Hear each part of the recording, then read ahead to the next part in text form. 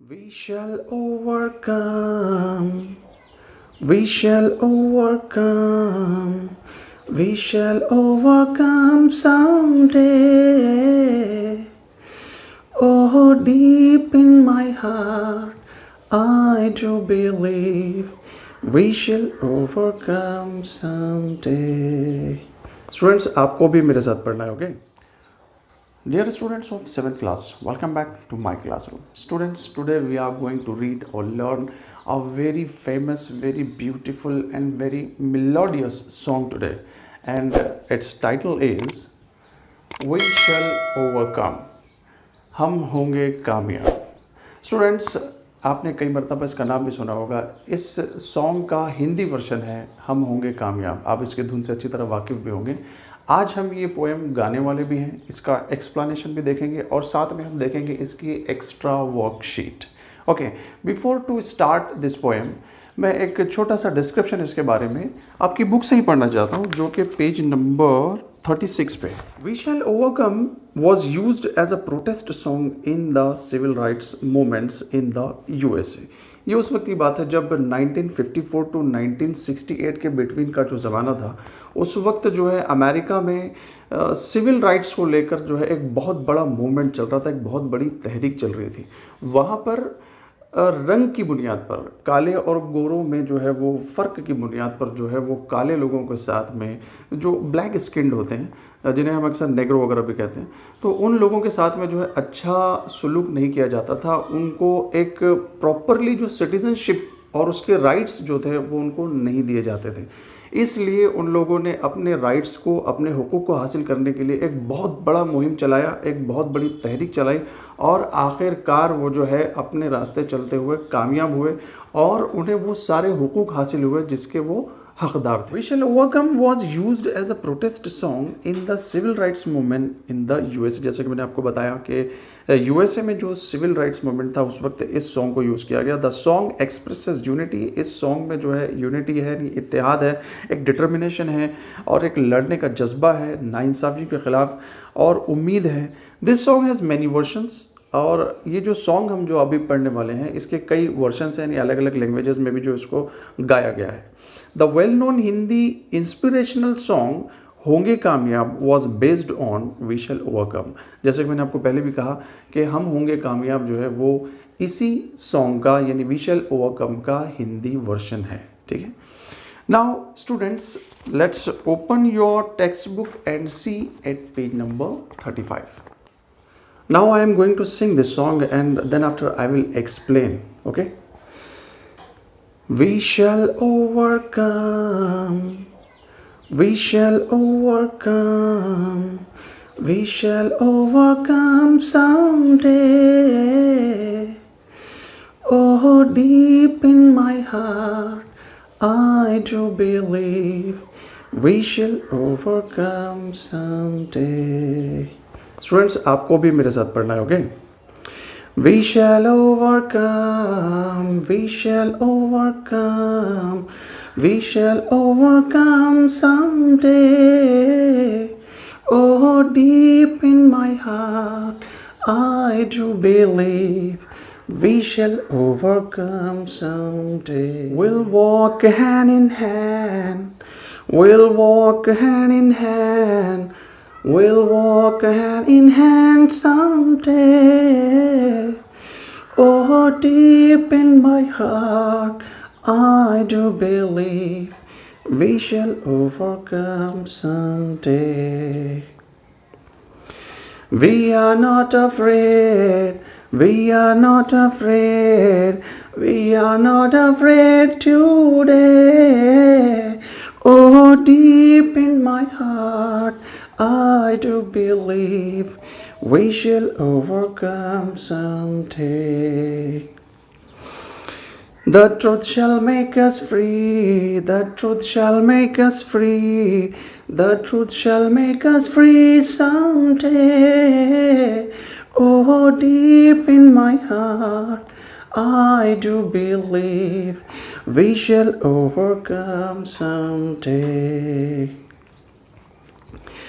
We shall live in peace, we shall live in peace, we shall live in peace someday.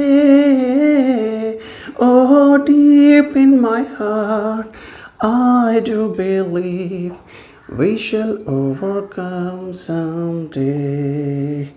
We shall overcome someday. Students, मुझे लगता है कि आपको song बहुत अच्छे तरीके से समझ में भी आ गया होगा और आपने पसंद भी किया होगा. Now let's take the explanation here. Okay, we shall overcome, we shall overcome. Overcome करना यानी कि किसी मुसीबत में से निकलना, किसी मुश्किल हालात को लड़ना और फिर कामयाबी के साथ बाहर निकलना, यानी उसको ओवरकम करना कहते हैं. ठीक है, यानी फतेह हासिल करना, कामयाब होना. We shall overcome, we shall overcome. हम कामयाब होंगे, हम कामयाब होंगे. यानी हिंदी वर्जन के अकॉर्डिंग हम होंगे कामयाब, हम होंगे कामयाब. We shall overcome someday. हम कामयाब होंगे एक दिन. यानी ये उम्मीद है, ये होप है कि एक दिन हम ज़रूर कामयाब होंगे. Oh deep in my heart I do believe. Deep in my heart यानी मैं अपने दिल की गहराइयों से कहता हूँ. आई डू बिलीव और स्ट्रांगली आई बिलीव, और मुझे जो है पूरे तरीके से यकीन है और मैं पूरी शिद्दत के साथ यकीन रखता हूँ कि हम ज़रूर कामयाब होंगे. We shall overcome someday. एक दिन हम ज़रूर कामयाब होंगे. Will walk hand in hand, will walk hand in hand. Hand in hand का मतलब होता है कि यूनाइटेडली रहना, यानी मिलकर रहना.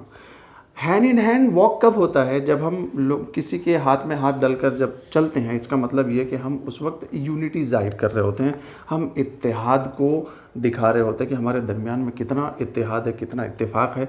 हमारे दरमियान में जो है कोई झगड़ा नहीं है, कोई फिसाद नहीं है. यहाँ पे कहा गया कि we will walk hand in hand. हम चलेंगे, हम साथ साथ चलेंगे, हम हाथों में हाथ डालकर चलेंगे. कब चलते हैं? जब हमारे दरमियान में इत्तेफाक व इत्तेहाद होता है, उस वक्त हम जो है हाथों में हाथ डालकर चलते हैं. तो यहाँ पे कह रहा है, पोएट कहते हैं कि हम हाथों में हाथ डालकर चलेंगे. Will walk hand in hand.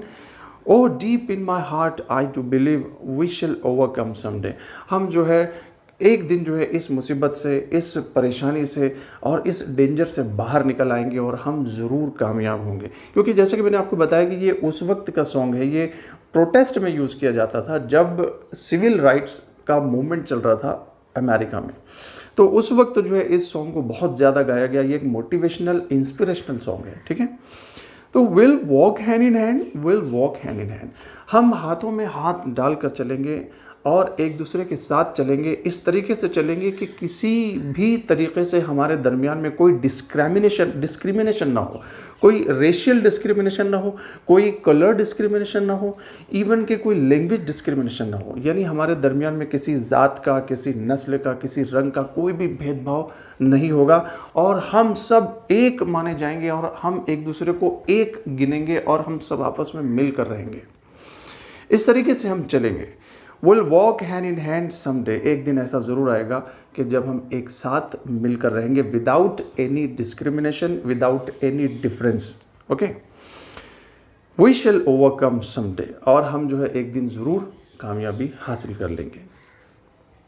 We are not afraid, we are not afraid. Afraid करना यानी डरना होता है. We are not afraid. हम नहीं डरते हैं, हम नहीं डरते हैं. 2 बार कहा गया है, हम नहीं डरते हैं, हम नहीं डरते हैं. चाहे कितनी भी मुश्किल घड़ी आ जाए, कितने भी मुश्किल और डेंजरस हालात पैदा हो जाएं, लेकिन हम डटे रहेंगे, हम नहीं हटेंगे, हम नहीं हटेंगे, हम नहीं डरेंगे. चाहे ज़माना कितना भी मुखालिफ हो जाए, चाहे बड़े बड़े फोर्सेस हमारे अगेंस्ट जो हैं वो खड़े हो जाएं हमसे लड़ने के लिए, हम उन फोर्सेस को, उन ताकतों को जो है उनका मुकाबला करेंगे, उनको फेस करेंगे, लेकिन हम जो है वो नहीं हटेंगे, नहीं हटेंगे और हम नहीं डरेंगे. The truth shall make us free, the truth shall make us free. Truth यानी सच्चाई. सच्चाई एक रोशनी है. सच्चाई एक ऐसी रोशनी है जो गम के अंधेरों को, जो झूठ के अंधेरों को दूर कर देती है. इनजस्टिस, इनह्यूमैनिटी, इन सब को ख़त्म कर देती है. क्योंकि सच्चाई, सदाकत एक ताकत है. तो ये जो सच्चाई की जो ताकत है ये एक दिन हमें इंसाफ ज़रूर दिलाएगी, एक दिन हमें इंसाफ ज़रूर दिलाएगी। The truth shall make us free, हमें आज़ाद करेगी इन परेशानियों से, इन मुसीबतों से जिसमें हमारे साथ में जो है वो डिस्क्रिमिनेट किया जाता है, जिसमें हमारे साथ जो है वो नाइंसाफ़ियाँ की जाती हैं, जिसमें हमारे साथ जो है हमारे राइट्स को जो है वो दबाया जाता है, हमारे हुकूक को मार दिया जाता है।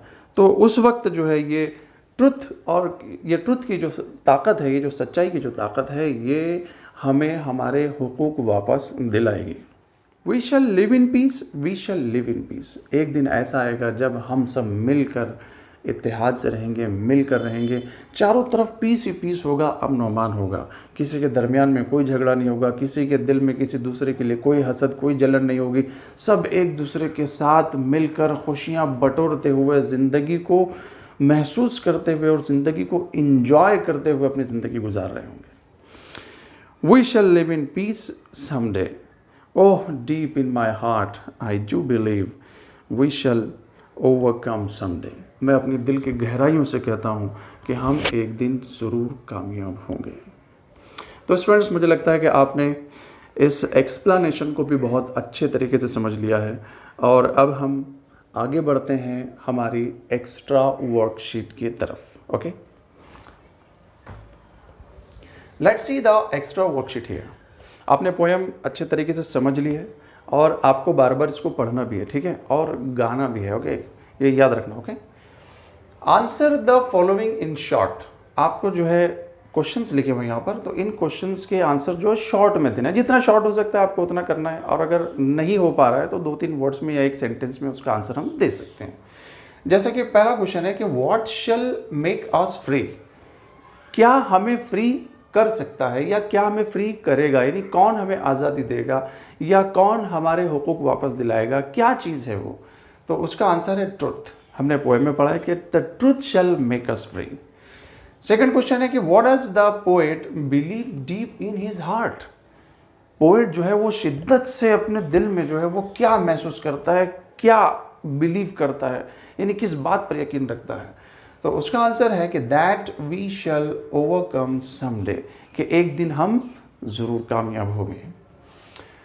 What do the words hand in hand mean, हाथों में हाथ, इन वर्ड्स का क्या मीनिंग है। इन वर्ड्स का मीनिंग है कि यूनाइटेडली, यानी मिलकर, हाथों में हाथ डालना यानी मिलकर रहना। फोर्थ क्वेश्चन है कि from the poem right the opposites of the following. आपको ये जो वर्ड्स देख रहे हैं इनके अपोजिट वर्ड्स आपको पोएम में से ही फाइंड आउट करने हैं, ठीक है। तो पहला था हमारा लूज, लूज कर जाना यानी हार जाना, और ओवरकम करना यानी जीतना। तो इसका अपोजिट हमने ओवरकम लिखा है।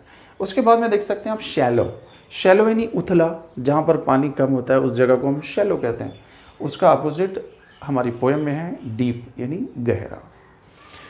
Now the question number 2 is right the true और फॉल्स। हमें ट्रू और फॉल्स लिखने हैं, ठीक है। तो पहला है वी विल नॉट अफ्रेड, हम नहीं डरेंगे। तो ये तो बिल्कुल सही बात है, तो हमने लिखा है यहाँ पे ट्रू। सेकेंड है कि वी विल वॉक सेपरेटली, हम अलग अलग चलेंगे, इंडिविजुअल चलेंगे। तो ये तो हमारी पोएम में ऐसा नहीं था, इसका मतलब ये क्या हो जाएगा, फॉल्स, झूठ। ओके, उसके बाद में है कि the truth shall make us free. ये एकदम सही सेंटेंस है और इसीलिए हमने यहाँ पर इसको ट्रू लिखा है। Okay, now let's see the next question.